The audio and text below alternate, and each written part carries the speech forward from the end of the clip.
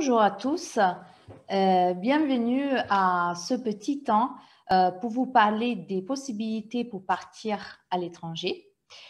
Et enfin, en particulier, aujourd'hui, un focus sur un dispositif de mobilité qui s'appelle Volontariat dans le cadre du Corps européen de solidarité.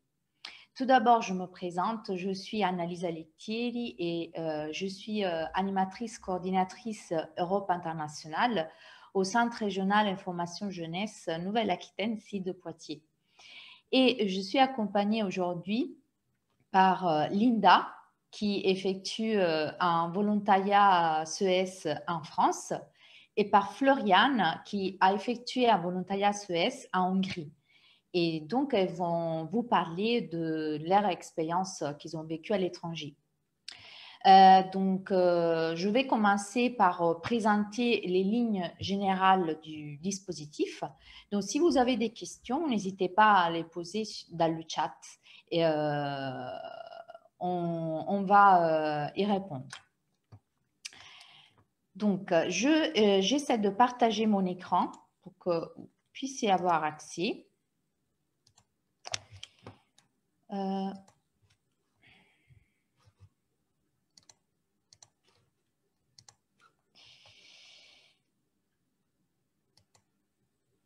Donc, on a aujourd'hui, comme je vous disais, ce focus sur le volontariat Corps européen de solidarité. En général, le Corps européen de solidarité, c'est un programme financé par l'Union européenne qui propose des activités temps plein, différentes sortes d'activités, mais toutes sont à temps plein.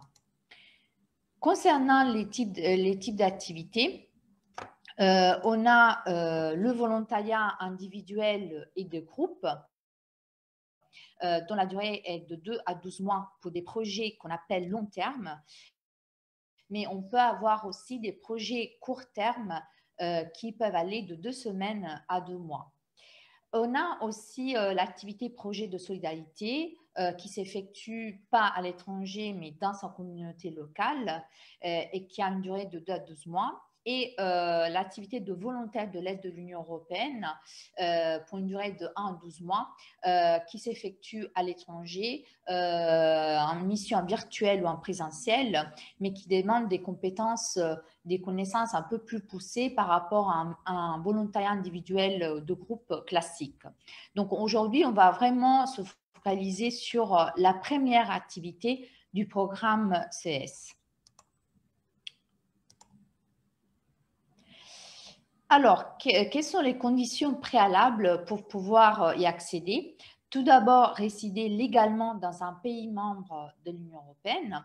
Et puis, il y a le critère de l'âge, c'est-à-dire qu'il faut avoir entre 18 à 30 ans.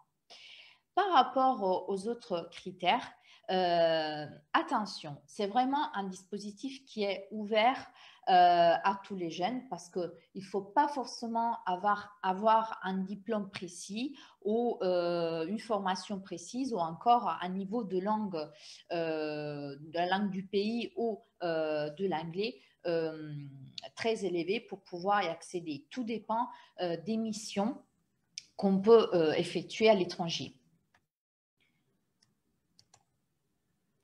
Alors, quelles sont les destinations? Bien sûr, tout d'abord, les 26 autres pays membres de l'Union européenne, parce qu'on ne peut pas l'effectuer en France, dans son pays d'origine. Ensuite, on peut aussi partir dans les pays tiers participants au programme CS, c'est-à-dire d'autres pays de l'Union européenne, d'Europe, pardon, qui ne font pas partie de l'Union européenne, mais qui adhèrent à ce programme européen, mais aussi des pays partenaires voisins. Donc, voisins au niveau géographique au continent européen, comme par exemple le nord de l'Afrique ou l'ouest de l'Asie. Concernant les thématiques et les domaines dans lesquels on peut s'engager, il y a vraiment un choix très varié parce qu'on peut s'engager avec les enfants, les personnes âgées, les personnes handicapées, agriculture, environnement. Donc, il y en a pour satisfaire tous les goûts et tous les besoins.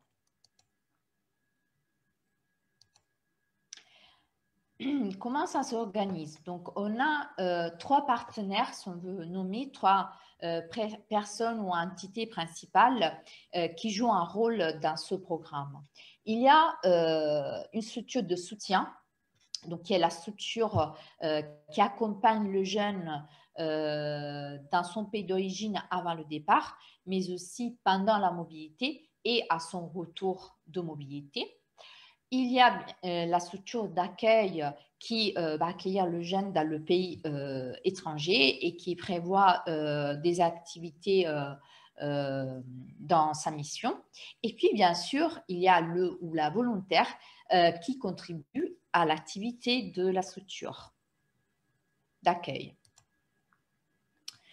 Concernant les aides financières, donc il s'agit d'un dispositif qui est très bien encadré, pas seulement au niveau de soutien, comme vous avez vu, il y a la structure de soutien d'envoi et la structure d'accueil, mais aussi au niveau financier, parce qu'il y a une contribution au transport international. Il s'agit d'un forfait qui est calculé sur la base de la distance entre la ville de départ et la ville d'arrivée. Il y a l'hébergement qui est fourni. Il y a de l'argent pour la nourriture, un peu d'argent de poche. Il y a une assurance complémentaire santé, responsabilité civile et rapatriement qui est fourni, éventuellement des transports locaux, s'il faut prendre un moyen de transport pour aller de son hébergement au lieu de l'activité, et enfin un soutien linguistique.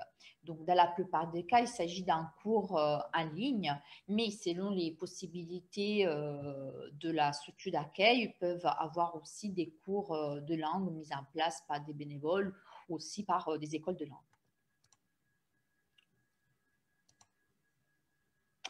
Alors, quelles sont les étapes à suivre? S'inscrire. Bon, tout d'abord, il faut passer à un entretien individuel d'information. Là, dans la présentation, j'ai mis auprès de ma structure, mais en général, il faut contacter une structure de soutien. À Nouvelle-Aquitaine, il y en a plusieurs, donc vous pouvez trouver celle qui est la plus proche de chez vous, mais aussi vous pouvez en trouver partout en France. Donc l'important c'est de se rapprocher tout d'abord à une structure de soutien. Ensuite, il faut constituer un dossier Europass en anglais. Donc, Europass, c'est un outil créé par l'Union européenne qui comprend un modèle de CV qui est reconnu partout en Europe. Donc, c'est très facile à créer en ligne. Et aussi un premier brouillon de lettres de motivation à soumettre ensuite au projet, aux structures qui vous intéressent.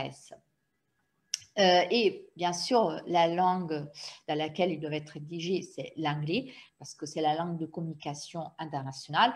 Ou si vous maîtrisez la langue du pays pour lequel vous postulez, vous pouvez très bien faire le CV dans cette langue-là. Ensuite, il faut s'inscrire sur le site du Corps européen de solidarité. Donc là, je vais vous montrer rapidement à quoi ça ressemble. Donc, vous avez ici l'entrée jeune, donc il faut s'inscrire. Il y aura des questions sur votre profil, sur votre motivation pour postuler à ce type de dispositif. Et il y aura la possibilité de joindre votre CV. Donc, c'est pour ça qu'il faut le préparer avant.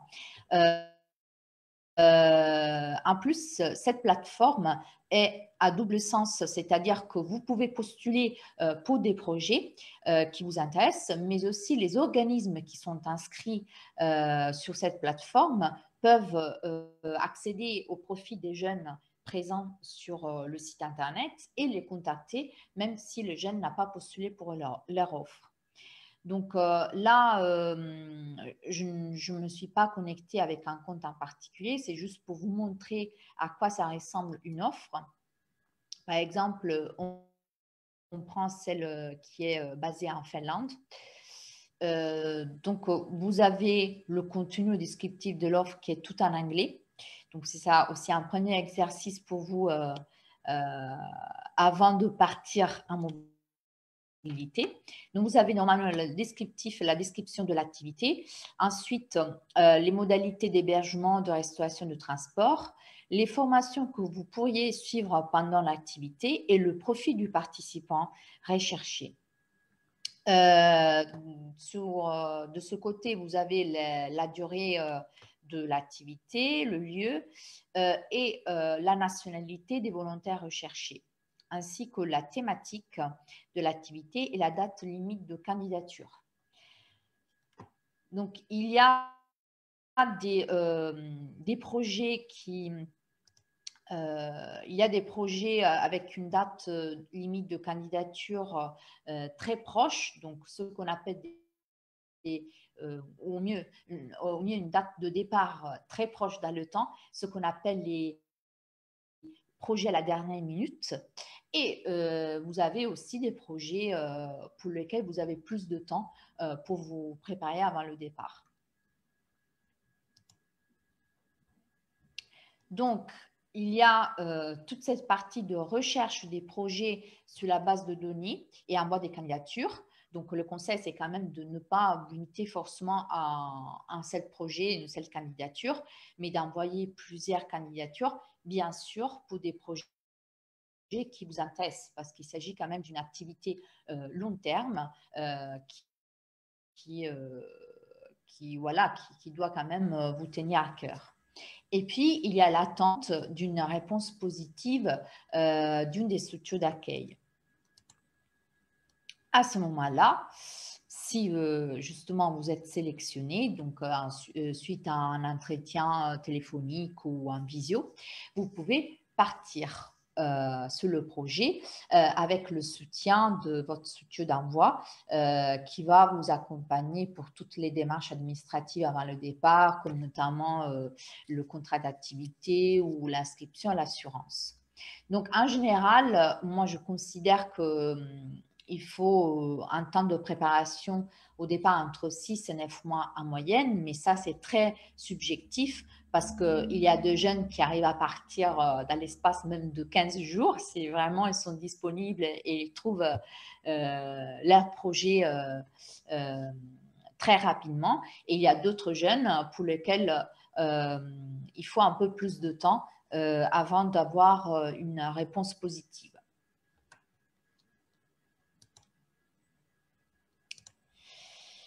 Donc, pendant l'activité, il y a 2 séminaires qui sont obligatoires pour les volontaires. Il y a un séminaire à l'arrivée qui a pour but de faire rencontrer tous les volontaires européens qui sont arrivés en même temps dans le pays, donc d'éclaircir encore des questions ou des interrogations sur le programme, mais aussi de créer ici un réseau de volontaires européens dans le pays.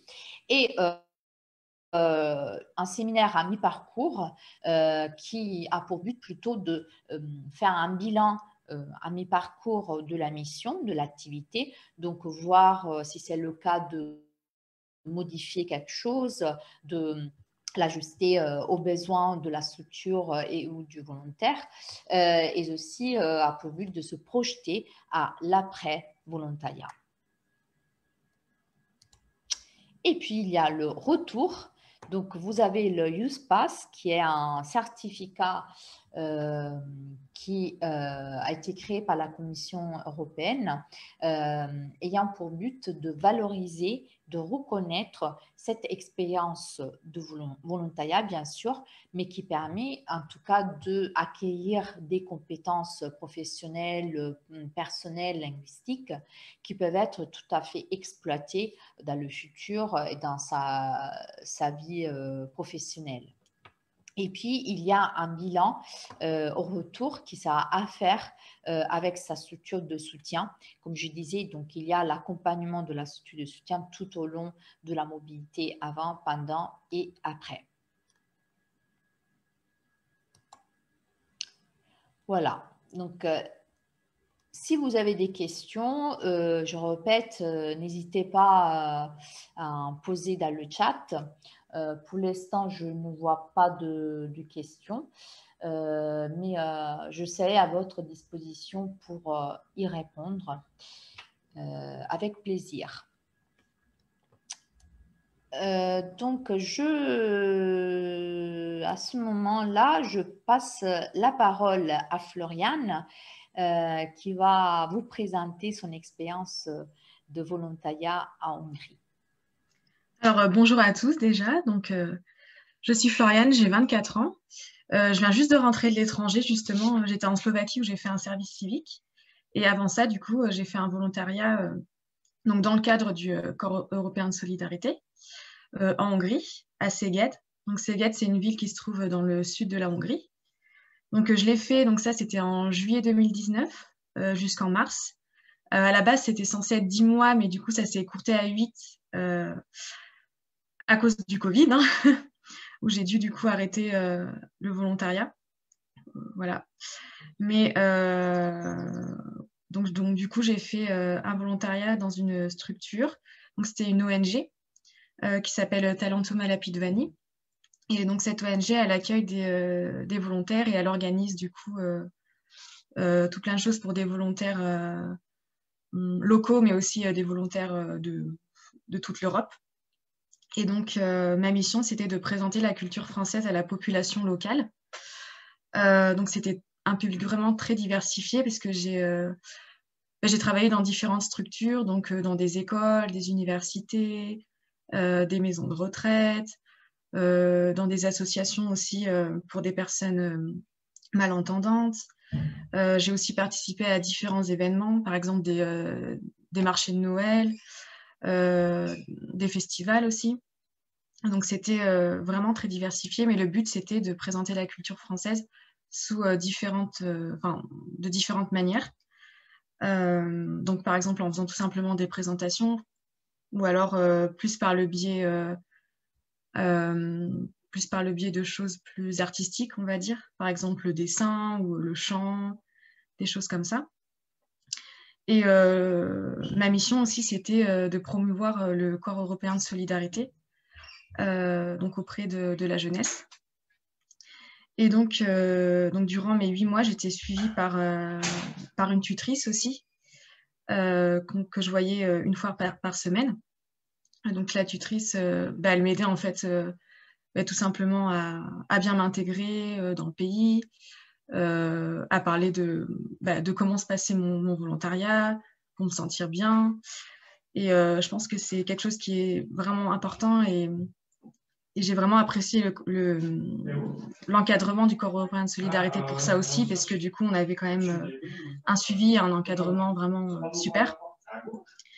Ah, attendez, excusez-moi, mais je vais juste fermer la porte parce que j'entends un peu du bruit. Hop, voilà, ça sera mieux. Donc du coup, voilà, j'ai eu un accueil vraiment merveilleux. Donc que ça soit l'encadrement, l'intégration, la bienveillance, vraiment tout était super. Et du coup, pour moi, le résultat de mes 8 mois, ça m'a vraiment aidé à m'améliorer sur tout plein de choses, professionnellement, mais aussi personnellement. Et donc, grâce à ce volontariat, j'ai pu améliorer mes talents et compétences, en développer des nouveaux aussi. Et je pense que ce que j'ai retenu aussi, c'est que je me suis vraiment développée personnellement, et par le biais des missions qu'ils m'ont données, mais aussi par le biais justement des séminaires où du coup, on a rencontré tout un tas de volontaires européens et on a pu vraiment partager, échanger sur plein de choses. Et ça m'a aussi aidé à me développer moi, personnellement, l'expérience en général. Et voilà, enfin vraiment pour résumer mon expérience en 3 mots, c'était intense, riche et c'était juste beau parce que pendant 8 mois, j'ai appris ben voilà, sur moi, mais j'ai appris aussi sur le côté professionnel où du coup, ben, je faisais des choses qui m'ont juste aidé à m'épanouir parce que ben, dans la mission que j'ai menée, c'était vraiment ben, la culture française. Donc forcément, ça, pour moi, ça représente tout, hein, parce que je suis française. Donc du coup, j'ai été vraiment bien déjà en soi dans ma mission. Mais ils m'ont donné des projets où voilà, je me sentais vraiment utile. Et, et du coup, je pouvais faire des choses. On était assez libre en fait. On pouvait choisir un peu bah, comment présenter la France. Mais ils nous donnaient quand même une liberté sur notre façon de présenter. Et moi, j'ai pu me développer parce que du coup, par exemple, j'adore chanter, j'adore le dessin et j'ai eu l'opportunité de le faire et de pouvoir présenter la culture de cette façon. Donc pour moi, c'était hyper intéressant. Et c'était aussi un moment où, voilà, c'est un voyage quand même. Et du coup, j'ai rencontré plein de personnes. J'ai eu l'occasion aussi de voyager un peu autour et de rencontrer encore plus de personnes et d'avoir, voilà, de faire des découvertes. Et je pense que c'était vraiment, enfin, tout plein d'émotions, de rencontres. C'était intense et j'ai vécu plein de belles choses. Et en fait, enfin, pour moi, ces 8 mois, ça m'a vraiment appris sur beaucoup de choses et j'ai vraiment validé toutes les attentes que j'avais. Parce que je me souviens au début avec la structure qui m'a envoyée, on m'avait demandé en fait d'écrire 3 choses. Donc 3 choses que j'attendais vraiment de cette expérience. Et du coup, ces 3 choses, c'était d'améliorer mes compétences, de reprendre confiance en moi et de découvrir une voie professionnelle. Et quand je suis rentrée, ben, j'ai validé mes 3 attentes et je pense que c'est déjà beaucoup. Et j'ai eu la chance de tomber sur une structure où vraiment ils m'ont accueilli les bras ouverts et ils étaient toujours là pour nous. Et parce que du coup, j'étais pas seule, on était 2 dans cette mission. Et voilà, donc c'était vraiment riche. Et en fait, cette expérience en Hongrie, pour moi, ça a vraiment changé beaucoup de choses. Et, et je voudrais du coup juste peut-être vous montrer quelques photos des missions que j'ai menées du coup. Hop, donc j'ai juste partagé mon écran.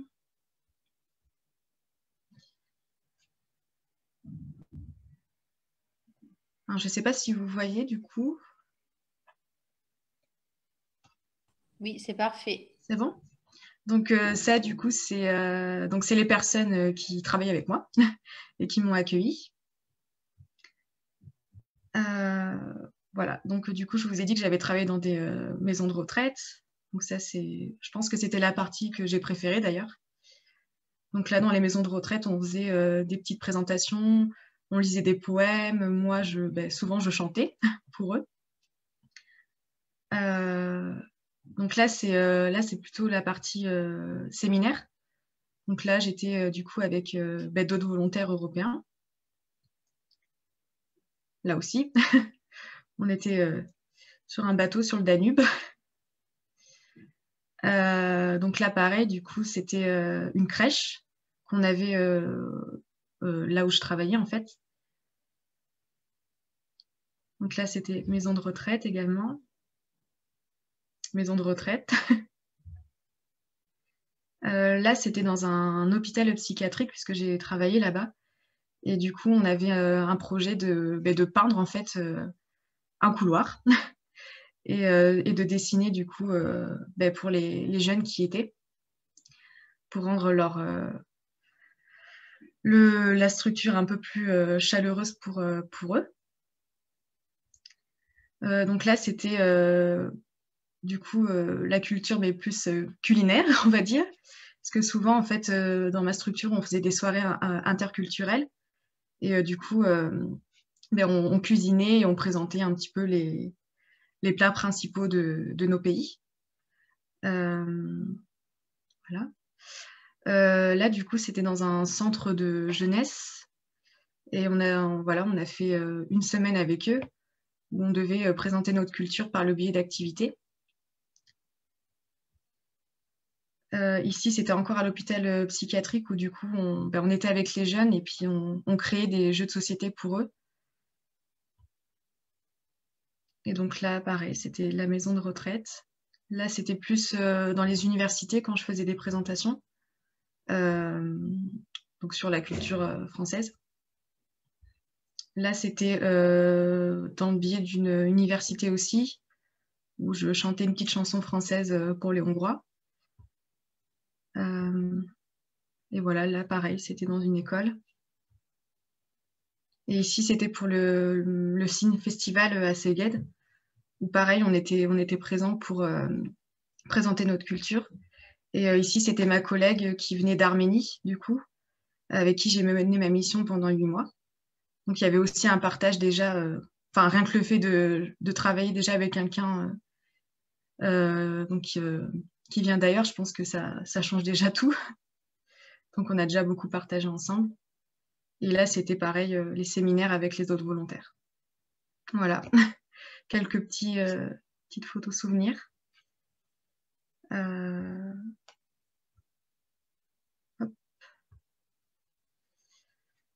Donc voilà pour moi. Je pense que j'ai terminé.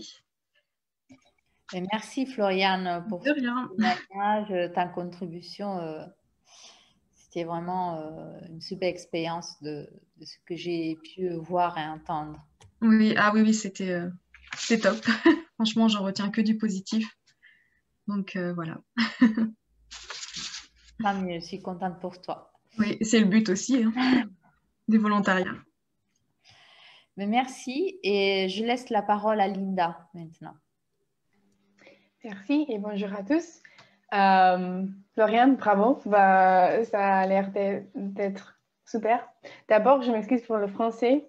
Donc, moi, je suis Linda, j'ai 18 ans et j'ai fait une mission de 9 mois et demi en France, à Limoges, avec une association d'information jeunesse, donc le CRIJ, qui organise ce live.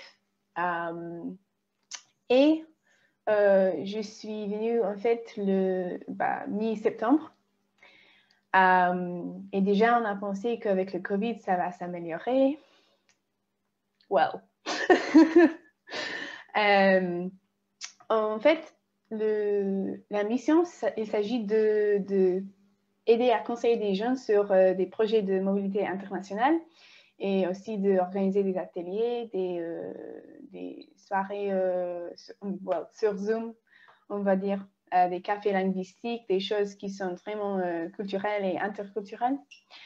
Et moi, mon travail, c'est plutôt de promouvoir la mobilité internationale et aussi de parler de mon expérience personnelle de la mobilité.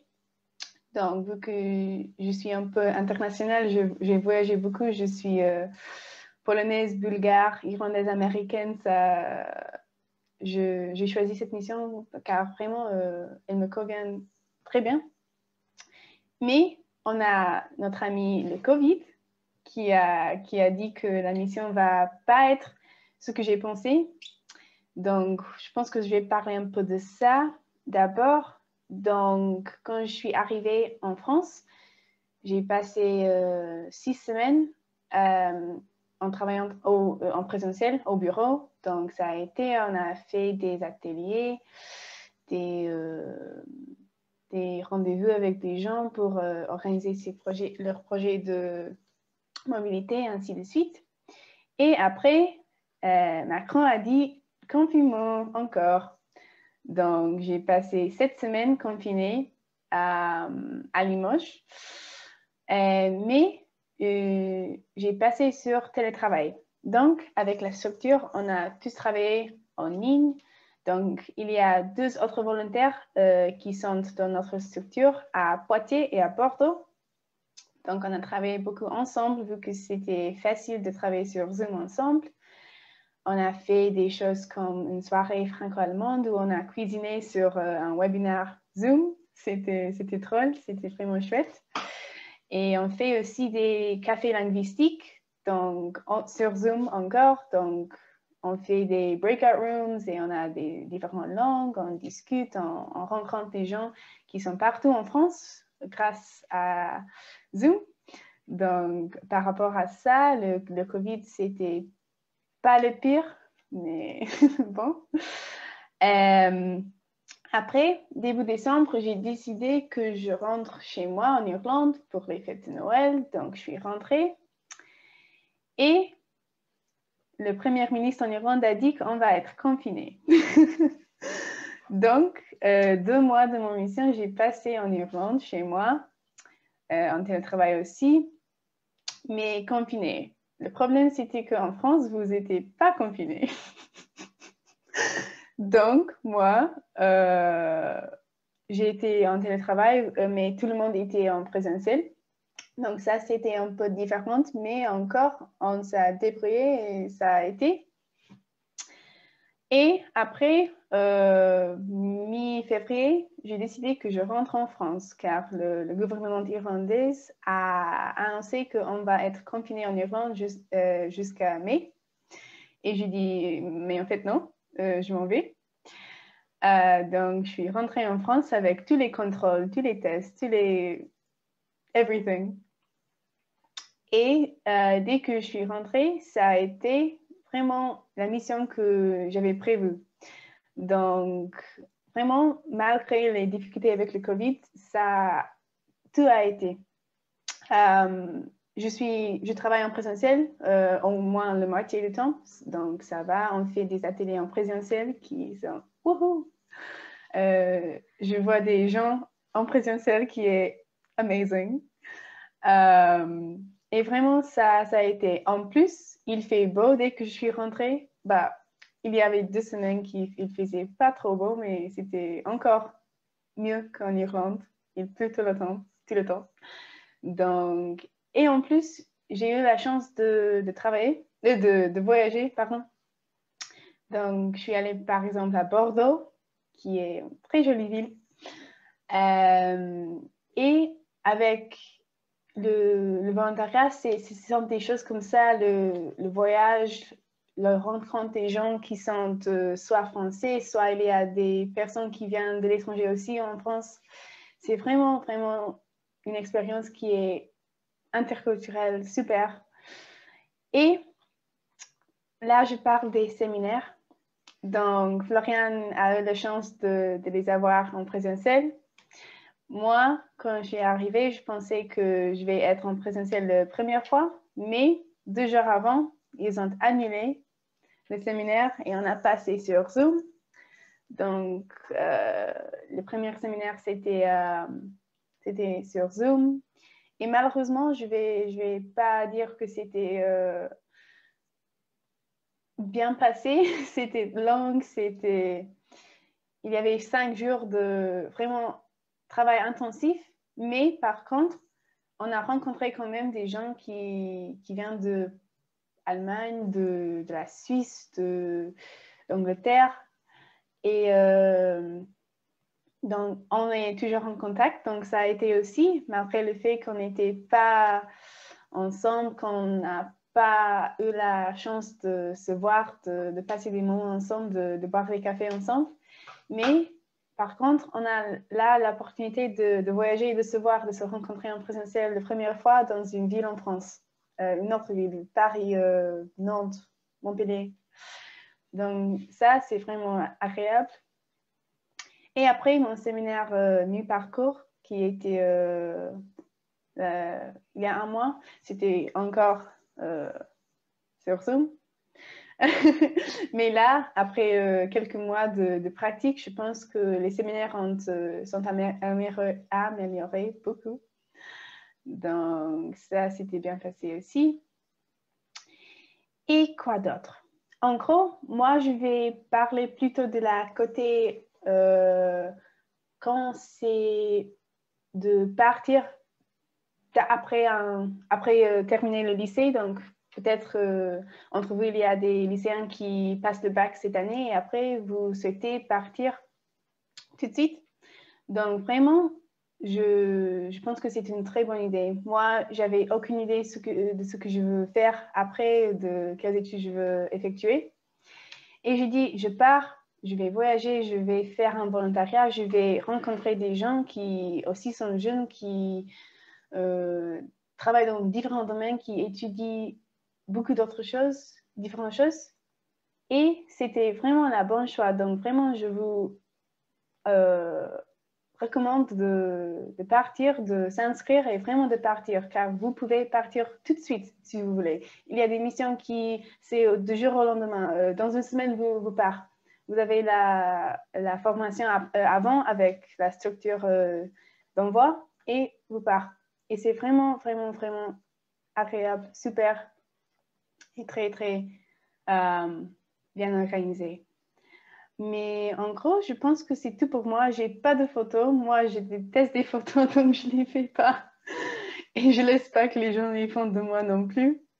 Donc, ouais, bah, je vous souhaite bon courage, en tout cas. Et merci. Merci Linda.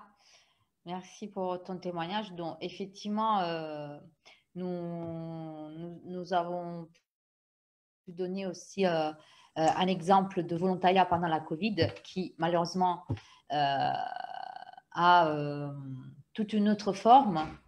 Bien sûr, sur la base des activités, que ce soit pour les activités, que ce soit pour les séminaires. Donc ça, pour ça, vraiment, il faut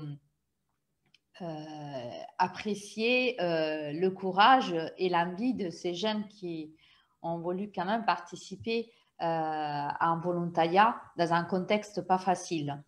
Donc, on espère, j'espère que tout puisse revenir à la normale le plus vite possible pour retourner à des moments comme ceux qui ont été montrés par les photos de Floriane. Parce que c'est ça aussi le volontariat ACS, donc le partage, les soirées, l'échange. Bien sûr, on peut le faire avec les outils numériques, mais c'est nettement mieux en vrai, en touchant les personnes. Ça, on est tous conscients. Encore merci à Linda et Floriane pour leur témoignage. Je vais juste terminer par vous montrer. Je vais repartager mon écran.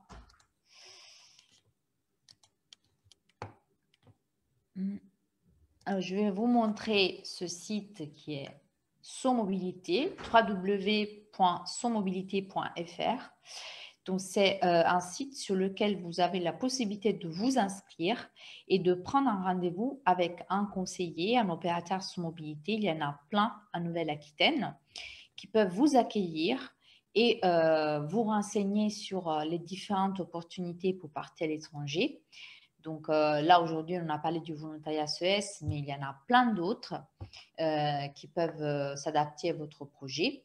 Donc, il ne faut pas hésiter à profiter de l'opportunité.